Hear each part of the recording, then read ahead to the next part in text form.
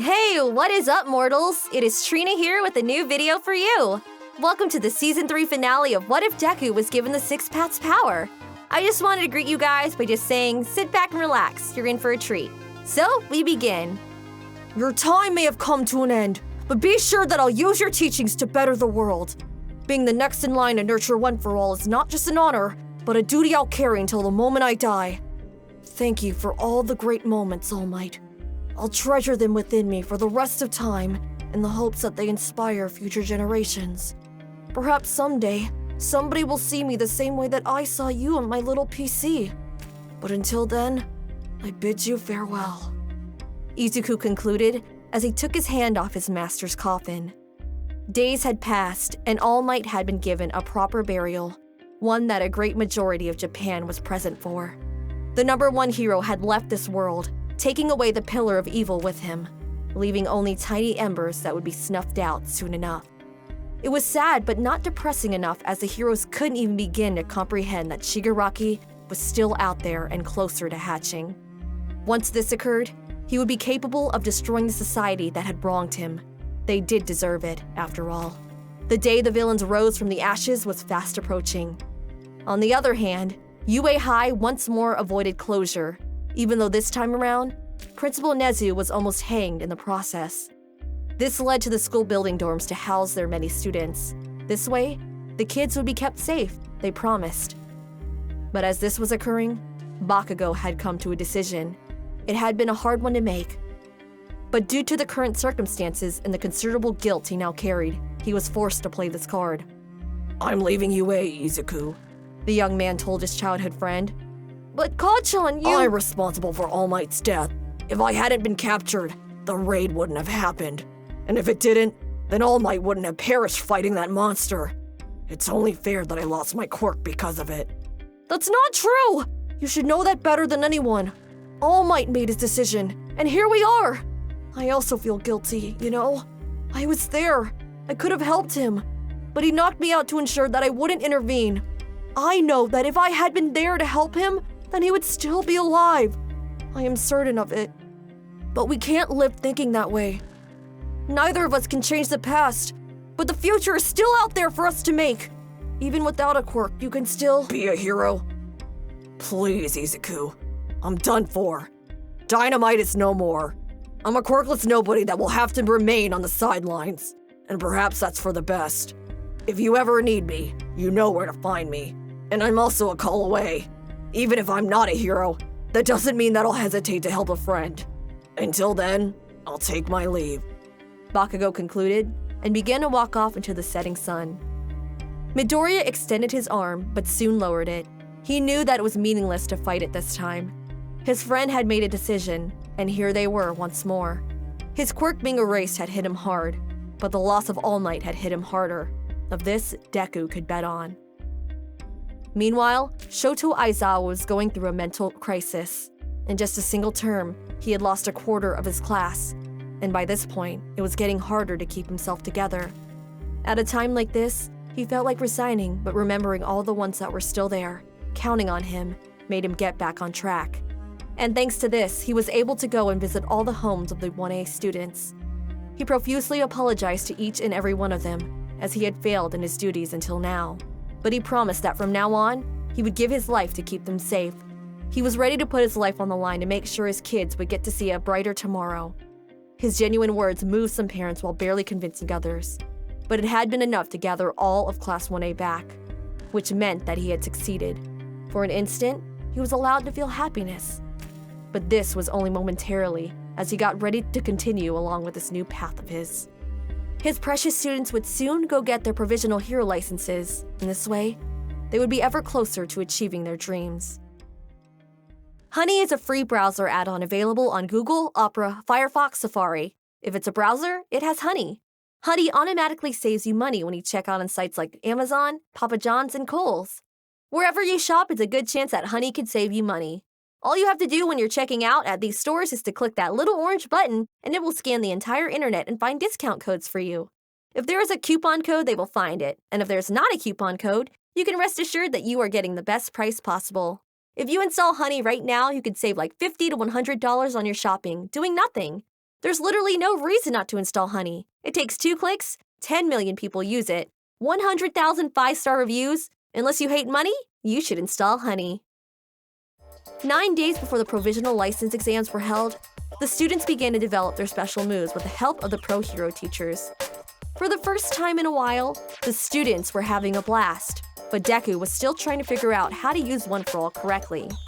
The last few times he had attempted it, he had gotten hurt, so he tried to limit himself a bit, and this hurt him less but still hurt him all the same. As the hours passed, he formulated a percentage meter within his mind, and he began to measure his output according to it. After a bit of trial and error, he landed somewhere in the range of 25%. In it, he could use it without having to heal himself afterward. As he concluded with this, he went over to the support course in the hopes of getting some upgrades, and a light surely hit him right on. A girl had almost collided with him after an explosion, but he caught her before this could happen. The girl in question was the great Mei Hatsume. With her excellent mind, Deku knew that perhaps his plan wasn't so out there anymore. The girl clung to him as he explained his situation. She was so close that if Uraraka were here, she would have strangled the girl, but fortunately, she had been taken away by Aizawa an hour prior. Izuku explained that he wanted some upgrades to his suit, for some parts of it to be replaced with a material similar to the gauntlets gifted by Melissa at the beginning of the summer break. Mei Hatsume excitedly agreed to it, but she made it clear that she would need the gauntlets for a few days to figure them out completely. Midori agrees to this and brought them over. As long as he could have them before the provisional license exams, then all would be golden. On that very night, a quite peculiar event occurred. Class 1B visited 1A's dorm. They first compared rooms, and then they played multiple games together, the most exhilarating one being Pirate Panic. As the groups battled to reign victorious, regrettably, they all were left disappointed by its end, and Class 1B left shortly after. As the days passed, the students visited the support department more and more as they made upgrades to their hero suits. They were getting ready for what future events may hold. On Sunday, though, they all relaxed in a small group formed to exchange scary stories within the dorm. They had taken Tokiyami's room for the atmosphere. 100 tales were told that day, and the students present were left scared out of their minds. This would surely last a few days.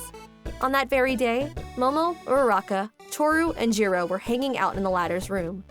The girls had asked Jiro for a musical demonstration, to which she initially pushed away, but with Momo's encouragement, she ended up playing it grandiosely.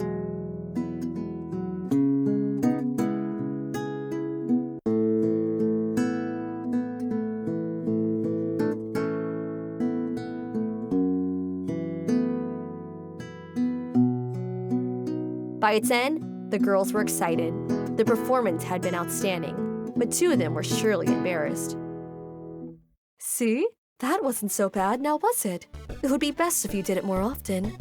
Momo told the now red Jiro, the girl being so embarrassed that she was pushing both of her plugs together. Shut up. The musical prodigy stuttered, trying to get her emotions in check. Oh, come on, don't be like that. You were born to show your musical art to the world. Of this, I'm certain. Especially after what you showed me last night. Not in front of the others, Yaomomo, Jiro exclaimed as she turned even redder. Should we go? I think you 2 need the room. Uraraka asked as she knew where this was going. You shall not, Yaoyorozu loudly exclaimed, which made the others flinch. I'm not done yet telling how my Jiro played the flute last night. She was so lively, and her pitch was impeccable. A true showing of utter dominance from her, and I certainly loved it. Momo's eyes had turned star-shaped as she concluded, informing the others of this event. Stop, Jiro cried out. By now, her embarrassment was so apparent that the girl could blow up at any second. Love you, Momo said as she gave the girl a kiss on the cheek, making the others in the room flustered as well. What happened after left the girls there astonished as Jiro took charge and made it known that if she wanted to, she could also be the dominant one in this relationship. The girls wouldn't forget this lesson. It was now ingrained into their brains without any hope of wiping it out. Today's victor? Jiro's encore. More days transpired and the provisional license exams were held. Class 1A gave it their all, and most of them passed, the only exception being Todoroki. Because of his non-cooperation and recklessness during the villain attack, he had failed alongside a student of another school called Inasa. This didn't bother the half-and-half boy. He was confident that he would catch up soon. Meanwhile, Deku could only stare at the license in his hands. He was now closer to becoming a hero. He wondered if All Might would be proud of him, but then the boy smiled. Inside, he knew that he was proud of him. You're crying, Ed! Cheer up! Uraraka said as she approached him. Keep it up and I'll be forced to give you head pats. The boy cleared his eyes and moved his gaze to meet hers. She took this opportunity to use her quirk and began to pat him. Pat, pat, pat, pat, pat, pat. She eternally exclaimed every time she delivered one to his head. It's all right. It's just that I've been helped by so many people along the way, causing a bit of trouble to some. So that's why. How should I put this? This hero license is proof that I'm growing and improving. You know? And thinking about it and that All Might would be proud of me made me so happy. It's not just him, you know. I'm also proud of you. Both of us are. Don't forget that. Uraraka told him as the pat ceased, and she gave him a big hug. She wasn't lying after all. Thanks, Uraraka. I appreciate it, he replied as he hugged her back. I can't wait to show it to you, Mom. After all, I did become one. The green-haired boy thought to himself. Excuse me for interrupting, but you're Izuku Midoriya, correct? The couple heard from behind them, and they were forced to turn around. There a tall man stood. He wore a gray business suit, and his hairstyle was quite stylized. Indeed, the pro hero known as Sir Night-Eye had come to fulfill the promise he had made to his late friend. Wait, you're... Deku exclaimed as he recognized the man immediately. Forgive my intrusive actions, but now that you've acquired your license, we must get going. There's no time to waste. I must train you to master one for all. The new master and student duo just stared at each other in silence. The beginning of a new chapter in Izuku Midoriya's life was about to commence. Thank you all for indulging yourselves in all this information thus far. I hope you enjoyed it. Now, there are a few more things that I'd like to go over before the video ends. Firstly, I'd like to thank our patrons. BD Flames, Ethan Davis, Terry Chills, Shifter Melees, Adams Agile, XAV Beto 3, Zill, and Joshua Phelps. Secondly, I also like to thank all of our YouTube members. Toy Acosta, Rob the King, Sith Lord 906, CF2364 and Knuckles, Remia Tempest, Angel Juarez, Donald C. Stewart, Bryant Greer, and Refik 135. Thirdly, if you're in the mood for some great storytelling, We the Celestials has you covered. Our We the Celestials, My Hero Academia, and Naruto What If channels retell the story of their namesake anime with a twist. Check it out if you're interested. Fourthly, on behalf of We the Celestials, I'd like to thank everyone involved in today's excellent content production. Their details can be found in the description below. Lastly, if you're interested in what we do here at We the Celestials, I'd like to extend an invitation to join the team. The only caveat is that we only accept members from 16 years old to join our crew. You can sign up for whichever category fills your interest by joining the recruitment Discord using the link in the description below. We're always looking for members to join us. And if you want to check out more content from me, especially my streams, check me out at Trina Duhart on Twitch. And I even have a YouTube and Twitter as well. Well, that's it from us for today's video. So thank you all for watching and have a great day.